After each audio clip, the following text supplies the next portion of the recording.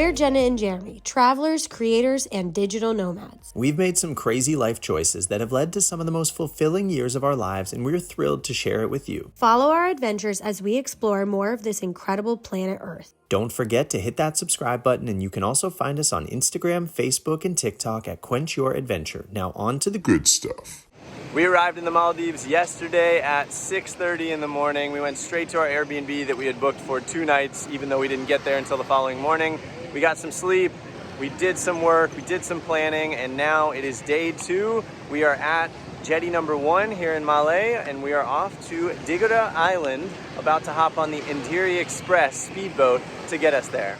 For reference, the Maldives is located southwest of Sri Lanka in India, just north of the equator. Before this, we were in Egypt for a few weeks, and we had a connecting flight in Bahrain. Flights were only $268 per person one way, and then afterwards we flew to Thailand for $275 per person. The Maldives is the smallest country in Asia with a population of around 522,000 people, comparable to the population of Sacramento, California. The area is only around 116 square miles. That means even if you could cram together all 1,192 islands here, you'd have approximately the same size area as the city of Orlando, Florida. The Dhigurah Express speedboat will carry us the 99 kilometers or 62 miles to Dhigurah, which took a couple hours and cost us $100 per person round trip. By the way, to get to most islands, you have to return to Malé first, which isn't the most convenient, but it is what it is. It's worth mentioning that you can also take seaplanes, but I think that would have been over $300 per person, and I believe there'd still be a 30-minute boat ride. We were met at the Dhigurah harbor by our host from Royal Beach Dhigurah.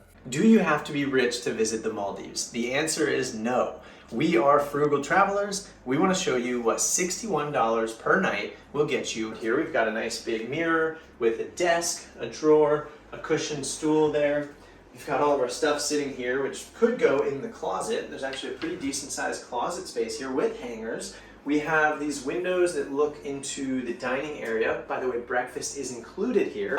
2 end tables with lamps, a big king bed with really nice welcome decor. We've got these maybe swan towel decorations, and we've got the AC running. It is pretty warm here. On to the bathroom. This is kind of unique here. Ready? The bathroom is actually outside, or at least, open air, which we don't mind. It's a little warm because we're outside, but we have a shower, we have a toilet, we have soap, we have everything that we need. And again, $61 a night, a total of $306 for the 5 nights that we're here on Dhigurah. Time to get you oriented to the island, which, like the country as a whole, is not very big, so wherever you stay, you won't be far from the water. The word Dhigurah literally means long island, and it's very narrow. They say it's like a needle or a falling raindrop. The coasts are also facing east and west, so you have sunrise and sunset. The time, how long it takes to walk from the east side of Dhigurah Island to the west side. 1, 2, 3, go. Look at that, 2 minutes and 57 seconds at a casual pace to walk across the island of Dhigurah. The width is only around 250 meters max, or around 820 feet, and the length is around 3 kilometers or less than 2 miles, which pretty much all the civilization is grouped together on the wider portion of the island. Only around 600 people live here, and they're mainly into fishing, building boats, and tourism, of course.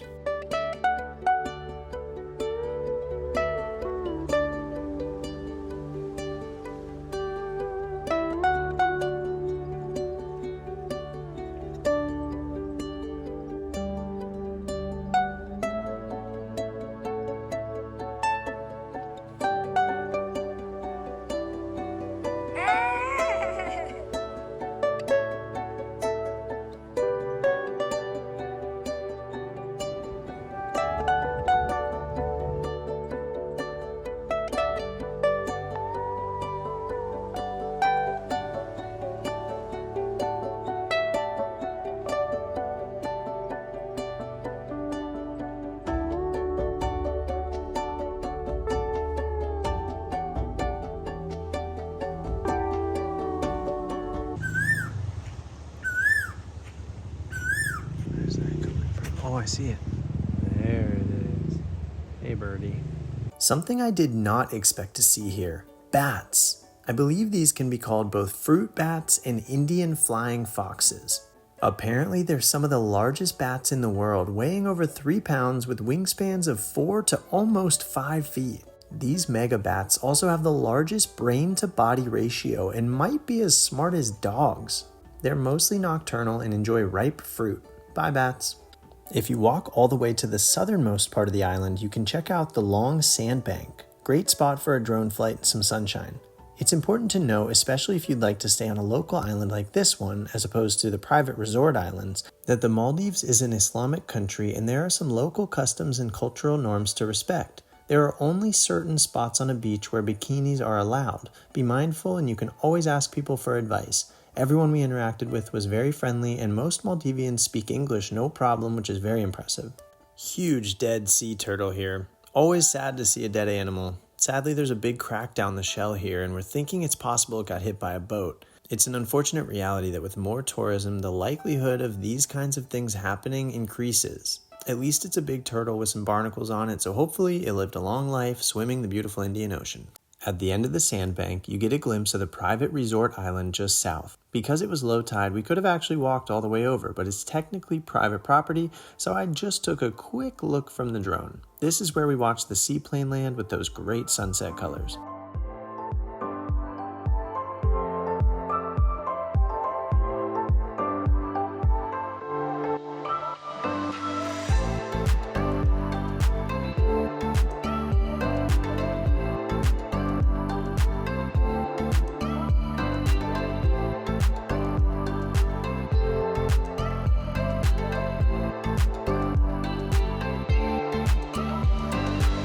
Hopefully we're gonna see some whale sharks. In the Maldives today.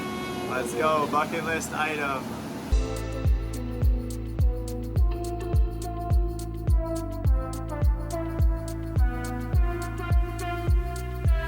Sadly, after a lot of searching and partnering with other boats, the whale sharks must be busy on an excursion of their own. They're going to bring us out again tomorrow for a reduced price, and in the meantime, we still get to go for a lovely snorkel while we're out.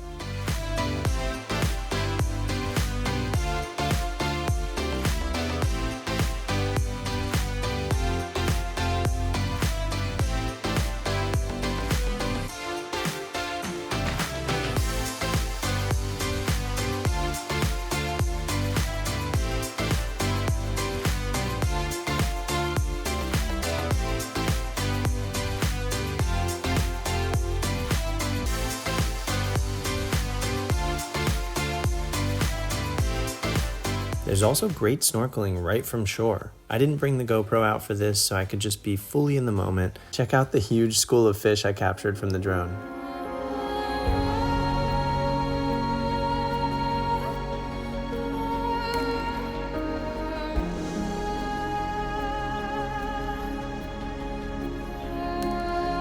Introducing the world's largest fish. Their average size is around 12 meters or almost 40 feet, but have been known to grow up to 20 meters or potentially 65 feet. They can also weigh around 20 tons. They can live to 150 years old. Tip for using the GoPro. I had this funky trifold selfie stick when I should have probably used a GoPro floaty device or something for better stability.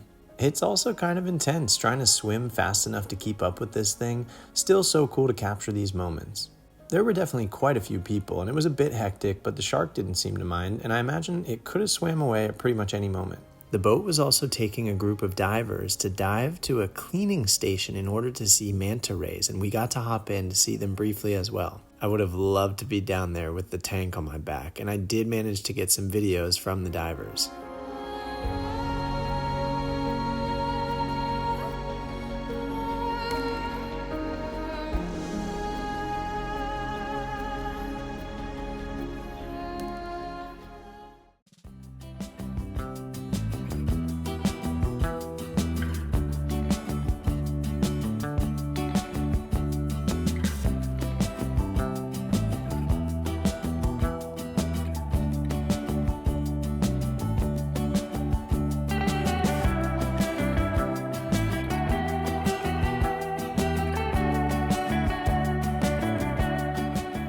Tell us your name. Yeah, my name is Ahmed. And my old friends, they call me Easy, is my nickname. Izzy just gave me some Maldivian nuts. There's Nuts, something a little bit like an almond. Yeah, we call Kanamadu. Is a Kanamadu. local name we call Kanamadu. Where are you from? I'm from Dhigurah. You are? Okay. Yes, And looks what like do that. you do for work, Izzy? Is my job is diving. And what do Yeah. you do for fun? Diving. Anything else you'd like to share with the world? Yeah, I would like to say to everybody, come and hear and to see how it looks like the Maldives. Nice. Perfect. This is my word to say. It is. Beautiful. Yay, Okay, thanks, thank Izzy. you. Bye. That wraps up our 5 nights on the Long Island of Dhigurah. Time to take a speedboat back to Malé and then to Guli Island. Thank you guys so much for watching. Please like the video, leave a comment, subscribe to the channel, and stay tuned for more travel videos.